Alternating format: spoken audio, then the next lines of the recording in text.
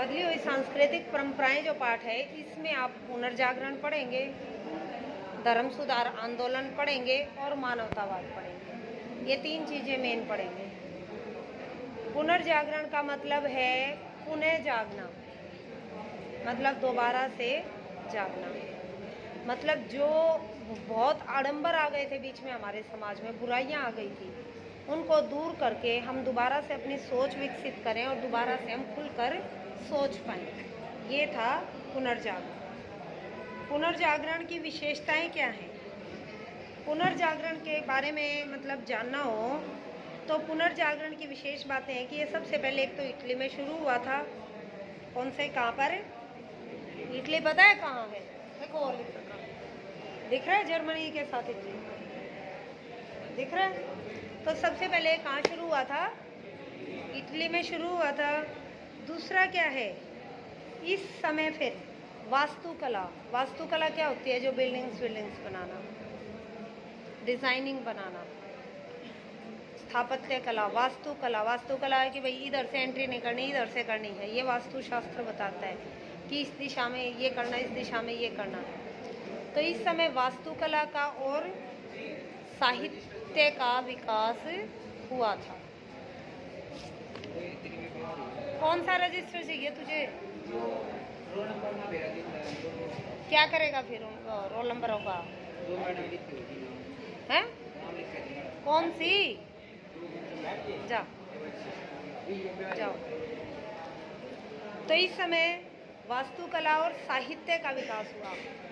साहित्य मीन्स नई नई कहानियाँ, गाथाएं लिखी जाने लगी।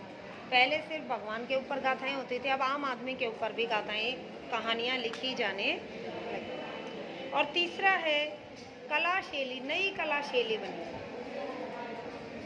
कला होती है जैसे पिक्चर बनाने की आर्ट या कोई भी आर्ट, वो नई नई शैलियों में आई। जैसे पहले सिर्फ फूल पत्ती बना देते थे, या पहले सिर्फ वो जो आप ज्योमेट्रिकल डिजाइन नहीं बनाते, फ्लावर्स आए या तिकोने तिकोने ऐसे काट के। किसी को ध्यान है? नहीं ध्यान? फिर ऐसे ही यहाँ भरते रहते हो। ग्रेट तो हो तुम, और कोई कमी नहीं है। देखो ज्योमेट्रिकल डिजाइन तो ये होते हैं, इस तरह से डिजाइन बना देते हैं हम, ऐसे ऐसे करके, कुछ ऐसे ऐसे, और उसमें कलर भरते हैं अलग अलग। और ये भी ज्योमेट्रिकल डिजाइन है। ये ऐसे ऐसे नहीं बनाता था, वो प्रकार से बनता था ना, ऐसे ऐसे। तो ये ज्योमेट्रिकल डिजाइन होते हैं। पहले ज्यादातर ऐसे डिजाइनों में कला होती थी, आर्ट होती थी। पर अब फूल पत्तियां और मनुष्य की फोटोज भी बनाई जाने लगी। तो ये है पुनर्जागरण की विशेष। पुनर्जागरण सबसे पहले कहाँ शुरू हुआ? कहाँ हुआ? इटली। अब इटली में ही क्यों हुआ? ये भी तो पूछने की बात है ना कि इटली में ही क्यों हुआ? क्योंकि जो बेटा इटली है वो जगह यूरोप में, और जो कोई एशिया में व्यापार करने जाता ना, यूरोप और एशिया का व्यापार होता था, तो इटली उनके बीच में था। इटली से यूरोप सारा इधर है और एशिया उधर है, तो ये बीच में था। तो यहाँ से वाणिज्य और व्यापार का ये प्रमुख केंद्र था। किस चीज़ का केंद्र था इटली? व्यापार वाणिज्य का। तो जहाँ पर ज़्यादा आदमी आते जाते रहेंगे तो वो ज़्यादा जगह विकसित होती है। दूसरा क्या था? जो सामंतवादी प्रथा चल रही थी, पिछले पाठ में जो आपने पढ़ा था छठे में, जो सामंतवादी प्रथा चल रही थी वो इटली में कमज़ोर थी। इटली में उसका ज़्यादा प्रभाव नहीं था।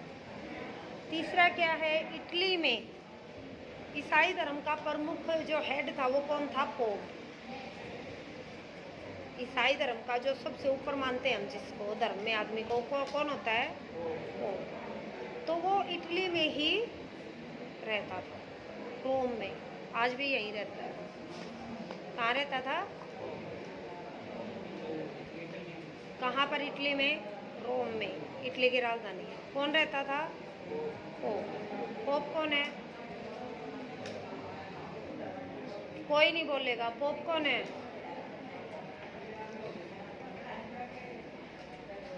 पोप कौन है?